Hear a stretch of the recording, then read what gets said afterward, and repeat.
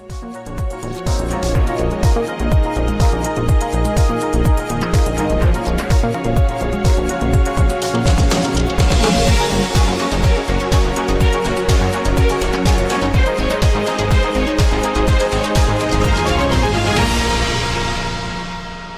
सरकार कोविड महामारी के कारण फंड की कमी की दुहाई देकर 10वीं और 12वीं कक्षा के छात्राओं की सीबीएसई पंजीकरण की फीस जमा करने से केजरीवाल सरकार इनकार कर रही है, जबकि उसने अपने प्रचार के लिए 151 करोड़ रुपए खर्च किए हैं। ऐसा कहना है कांग्रेस के दिल्ली प्रदेश अध्यक्ष अनिल कुमार का। एक प्रेस वार्ता के दौरान चौधरी अनिल कुमार ने केजरीवाल सरकार पर जमकर निशाना साधा। देखिए इस प्रेस वार्ता को। अरविंद केजरीवाल और उनके शिक्षा मंत्री और उनकी सरकार लगातार अपने शिक्षा के मॉडल पर पिछले 7 वर्षों से अपनी पीठ थपथपा रहे हैं और बहुत बड़े बड़े दावे वो इस बात के करते हैं कि उन्होंने शिक्षा के क्षेत्र में क्रांतिकारी बदलाव कर दिए। जिस तरह से दिल्ली की जनता को उन्होंने बिजली और पानी को लेकर के गुमराह किया, वैसे ही कांग्रेस पार्टी इस दावे के साथ ये कहती है कि शिक्षा के क्षेत्र में किए गए दावे इनके बिल्कुल खोखले साबित हो रहे हैं। इस संक्रमण काल में अरविंद केजरीवाल और उनके शिक्षा मंत्री के जो बड़े बड़े दावे थे विदेश और देश में जा कर के जिन्होंने प्रचार प्रसार किया, सच्चाई इसके विपरीत है। मैं कुछ बातें, कुछ आंकड़े आपके समक्ष प्रस्तुत करूंगा और कोशिश करूंगा कि किस तरह से अरविंद केजरीवाल और आम आदमी की सरकार ने और शिक्षा मंत्री ने इस दिल्ली के शिक्षा तंत्र को तबाह और बर्बाद करने का काम किया। कांग्रेस के समय तत्कालीन मुख्यमंत्री रही शीला दीक्षित जी के समय का शिक्षा विभाग और आज का शिक्षा विभाग में जमीन आसमान का अंतर साथियों दिखाई देता है। और जो दावे हैं उन दावों के विपरीत आज दिल्ली का शिक्षा विभाग बर्बादी की कगार पर है। साथियों, अरविंद केजरीवाल बड़े दावे के साथ एक बात लगातार कहते हैं और उन्होंने अपने पहले मैनिफेस्टो से लेकर के तीनों चुनावों में इस बात को बड़े मजबूती के साथ कहा है कि वो नए स्कूल खोलेंगे या उन्होंने नए स्कूल खोले हैं। मैं कुछ आंकड़े आपके सामने प्रस्तुत कर रहा हूं साथियों। जब कांग्रेस की सरकार यानी कि शीला जी की सरकार दिल्ली में थी और जिस सरकार का हम भी हिस्सा हुआ करते थे, हम सौभाग्यशाली रहे। मेरे साथ अमरीश गौतम जी, जय किशन जी भी यहाँ उपस्थित हैं और पूर्व विधायक आदर्श शास्त्री जी भी यहाँ मौजूद हैं। सभी की जानकारी में है कि दिल्ली के स्कूलों में उस समय लगभग 16.10 लाख बच्चे स्कूल में। न्याय ये सरकारें कर पा रही हैं? क्या हम इसको ये माने क्या ये संख्या कभी स्कूलों में थी ही नहीं? यदि सरकार कहती है कि ये संख्या है, सही है, तो इतने बच्चे कहाँ हैं? क्यों सरकार प्रयास नहीं कर रही कि उनका बचपन उनसे दूर जा रहा है? कहीं ऐसा तो नहीं कि ये बाल मजदूरी में इनको झोंक दिया गया हो? माँ बाप के सामने एक चुनौती है इस संकरण में रोजी रोटी की और भूख की, तो कहीं ऐसा तो नहीं कि ये बच्चे आज बाल मजदूरी में लगा दिए गए हों? या यूँ तो नहीं कि इन बच्चों के पास वो संसाधन ही नहीं है कि ऑनलाइन क्लास ले सकें? वो उपकरण ही नहीं है, इंटरनेट की सुविधा नहीं है, उनके पास लैपटॉप या मोबाइल नहीं है। यदि उन पर नहीं है तो ये जिम्मेवारी किसकी है? ये सरकारों की जिम्मेवारी है साथियों। ये दिल्ली के मुख्यमंत्री, उस मुख्यमंत्री की जिम्मेवारी है जो अपने आप को दिल्ली का सेवक, दिल्ली का बेटा कहा करता था। तो आज दिल्ली का बेटा कहाँ है जो अपने नन्हे मुन्ने बच्चों को आज उनकी जान जोखिम में छोड़ करके उनके साथ समानता का जो अधिकार है, उनको जो शिक्षा मिलनी चाहिए समान रूप से, उसके ऊपर गौर नहीं करता है? ये प्रश्न भी कांग्रेस पार्टी उनसे पूछना चाहती है और इसकी जांच होनी चाहिए। यदि ये बच्चे सही मायने में स्कूलों में जाते थे, पढ़ते थे, तो आज ये बच्चे कहाँ हैं? क्या बाल मजदूरी या श्रम की तरफ तो ये मजबूरी में नहीं धकेल दिए गए हैं? इसकी जांच होना बहुत आवश्यक है और उनके साथ उनका न्याय होना चाहिए। ऑनलाइन क्लासों को लेकर के बहुत सारी अपनी तारीफें खुद से वो लोग करते हैं। डिप्टी सीएम साहब और सीएम साहब लगातार ये बात को दोहराते हैं कि वो ऑनलाइन शिक्षा दे रहे हैं। जो मैंने आपके सामने फिगर रखी, उसके बाद भी मैं कहना चाहता हूं साथियों, सरकार ने शिक्षकों को कहा था कि 200 रुपये मासिक डाटा रिचार्ज का वादा उन्होंने किया था। लेकिन सवाल ये है कि 70% छात्रों के पास तो वो स्मार्टफोन ही नहीं है जिससे कि वो इसका प्रयोग कर सके या घर में ऑनलाइन क्लास ले सके। और ये हम नहीं कर रहे हैं, ये सरकारी एजेंसी और सरकारों के अपने आंकड़े कह रहे हैं कि दिल्ली के अंदर 70% से ज़्यादा गरीब बच्चों के पास स्मार्टफोन नहीं है जिससे कि वो ऑनलाइन क्लासेस ले सके। सो ये भी एक तस्वीर है जो इस सरकार के सामने हम प्रस्तुत कर रहे हैं। और जो ये खोखले वादे ढकोसले वाले जो बातें किया करते थे आज जनता के सामने। अरविंद केजरीवाल चुनाव, तो जो पहला दावा है कि अरविंद केजरीवाल ने और शिक्षा मंत्री जी ने दावा किया है कि दिल्ली के अंदर उन्होंने हर साल 500 स्कूल खोलने का दावा किया था और वो कहते भी कि हमने दावा और क्लासरूम्स बढ़ाए हैं। तो मैं उनसे पूछना चाहता हूं कि जब स्कूलों की संख्या बढ़ती है या स्कूलों के कमरों की संख्या बढ़ती है तो स्वाभाविक रूप से वहाँ छात्रों की और छात्राओं की संख्या भी बढ़ेगी और बढ़नी भी चाहिए। और ये दावा मैं नहीं करता हूँ, ये शिक्षा मंत्री जी और सरकार ये दावा करती है, केजरीवाल जी दावा करते हैं। लेकिन एक आश्चर्यचकित करने वाला जो आंकड़ा सामने आया है साथियों, 2019 और 2020 में जहाँ एक तरफ सरकार नए स्कूल खोलने का दावा कर रही है, क्लासरूम बढ़ाने का दावा कर रही है, और 2013 से पहले शीला जी की सरकार के समय में लगभग 16.10 लाख बच्चे दिल्ली में पढ़ते थे, तो ये संख्या घट करके 2019-20 में 15.19 लाख संख्या कैसे रह गई। ये जो संख्या में भारी अंतर दिखता है, लगभग 1 लाख बच्चे कम हो गए। मैं अपने प्रश्न को फिर दोहरा रहा हूँ, यदि स्कूलों की संख्या बढ़ी है, क्लासरूम्स बढ़े हैं और शिक्षा मंत्री और उप मुख्यमंत्री जी ये दावे करते हैं कि हमने स्कूल खोले, क्लासेस बढ़ाई हैं, नए विषय शुरू किए हैं, तो फिर ये संख्या घट कैसे गई। ये इनके दावों की पोल खुलती है कि सच्चाई ये है कि सरकारी स्कूलों में छात्रों की संख्या घटना अपने आप में प्रतिष्ठित करता है कि दिल्ली के शिक्षा तंत्र पे आम जनमानस का विश्वास नहीं है। नए स्कूल खोलने के नाम पर धोखा किया गया, नए क्लासरूम बढ़ाने के नाम पर व्यर्थ में पैसा व्यय किया गया। और शिक्षा के अंदर यदि कहीं कोई मजबूती या ये कहें कि कुछ बदलाव आया तो मैं समझता हूँ वो आधार छात्रों की संख्या को माना जाना चाहिए। और ये संख्या यदि घटी है तो इस डिपार्टमेंट की पोल खोलने का काम साफ तौर पर दिखाई देता है कि बच्चों की संख्या घटना कहीं ना कहीं एक शिक्षा के ऊपर, दिल्ली के शिक्षा के तंत्र के ऊपर विश्वास उठना है। साथियों, एक और मसला साथियों, दिल्ली के अंदर इस शिक्षा विभाग और उप मुख्यमंत्री जी के कथन कि हम पोल खोलने का काम दूसरे उदाहरण से करते हैं। एक ऐसा और कुठाराघात इन शिक्षकों के ऊपर किया गया है जो निरंतर अपनी सेवाएं दिल्ली के इन बच्चों को, इन सरकारी स्कूलों में पढ़ने वाले इन गरीब बच्चों को अपना सहयोगी शिक्षक, जिनको हम गेस्ट टीचर के रूप में भी जानते हैं, उनके साथ ऐसा व्यवहार सरकार ने किया है।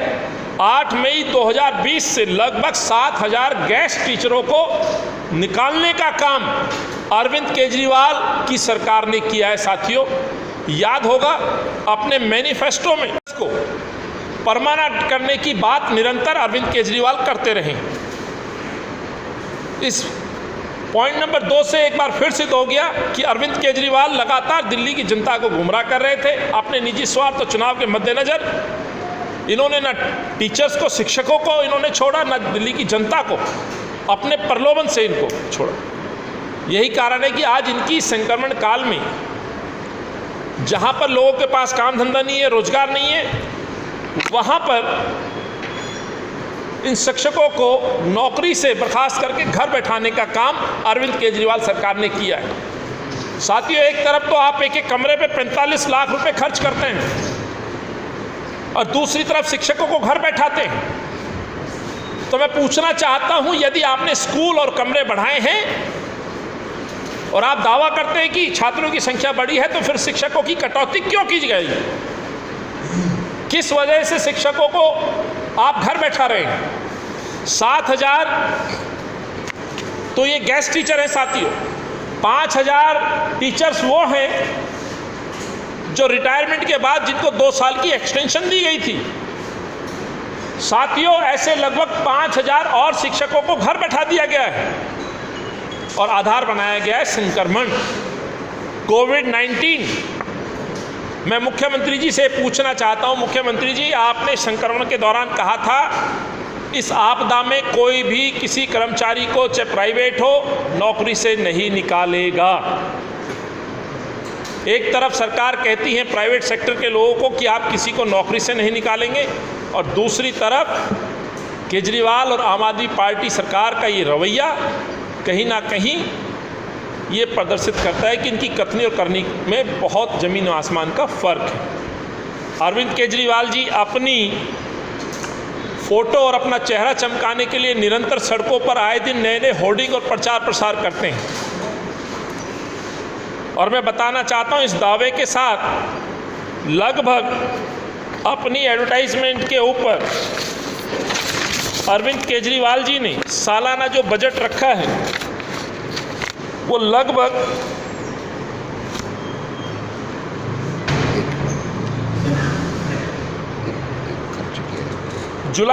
मार्च से जुलाई 2020 का मैं आपके सामने आंकड़ा प्रस्तुत कर रहा हूं साथियों। अपने प्रचार प्रसार पर लगभग मार्च से जुलाई 2020 के बीच में 151 करोड़ रुपए की राशि अब तक केजरीवाल जी खर्च कर चुके हैं अपने प्रचार प्रसार पर। यानी कि शिक्षकों को नौकरी से बाहर करना, गेस्ट टीचर्स जो हैं उनको नौकरी से बाहर करना, और दूसरा अपना चेहरा चमकाने के लिए निरंतर अपने प्रचार प्रसार पर पैसे व्यय करना। इससे प्रतीत होता है कि इनको आम जनमानस से, गरीब आदमी से कोई लेना देना नहीं है। एक और प्रश्न मैं पूछना चाहता हूं साथियों, इस लॉकडाउन के दौरान जो संख्या मैंने आपको बताई, लगभग 15.19 लाख जो बच्चे सरकारी स्कूलों में पढ़ रहे थे इस लॉकडाउन के समय में, और ये हम नहीं कह रहे हैं, ये दिल्ली के शिक्षा मंत्री, उप मुख्यमंत्री जी खुद इस बात का दावा कर रहे हैं कि लगभग 15% छात्र मिसिंग हैं। यानी कि ऑनलाइन क्लासेस के दौरान इस टोटल 15.19 लाख संख्या का 15% बच्चा आज क्लासेस नहीं ले रहा है।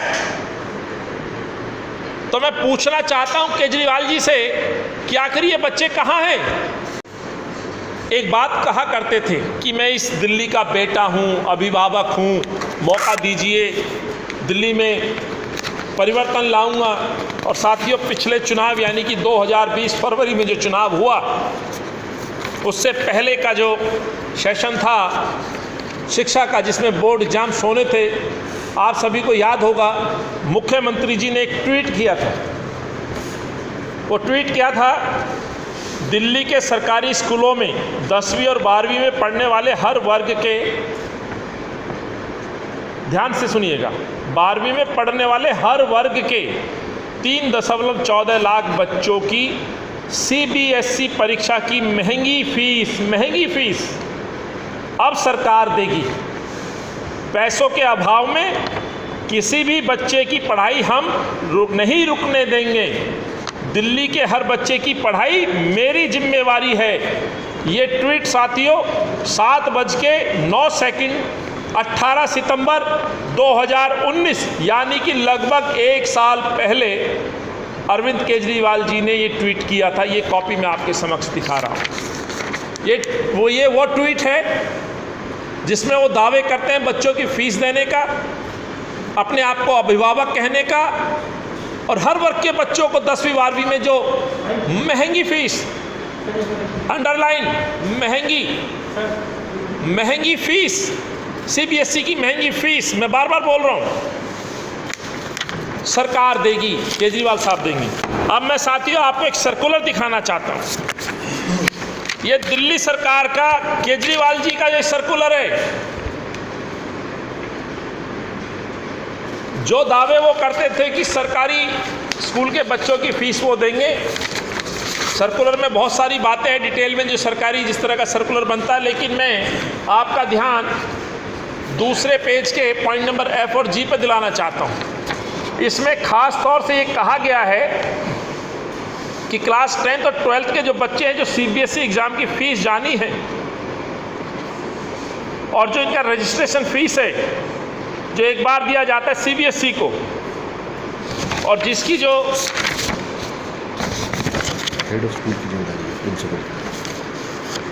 जो फीस तय की गई है 10वीं और 12वीं की लगभग 2500 से लेकर 2900 रुपये। इसमें सर्कुलर के अनुसार प्रिंसिपल यानी जो स्कूल का हेड है उसकी ये रिस्पॉन्सिबिलिटी फिक्स की गई है कि आपको एक तय समय के दौरान ये फीस इन बच्चों से वसूलनी है। यदि ये फीस नहीं देंगे तो इनको एग्जाम में नहीं बैठाया जाएगा और इसकी रिस्पॉन्सिबिलिटी प्रिंसिपल्स की रहेगी, और इसमें और कोई दूसरा समय नहीं दिया जाएगा। बहुत स्पष्ट तौर पे ये सर्कुलर के अंदर कहा गया है, no request for extension of date और on any issue including payment of fee will be considered. ये साफ तौर पर Saroj Sen additional deputy education examination, ये उनका सर्कुलर है। यानी कि दिल्ली सरकार ने साफ तौर पे क्लियर कर दिया है हर बच्चे को सीबीएसई एग्जामिनेशन रजिस्ट्रेशन और फीस देनी पड़ेगी।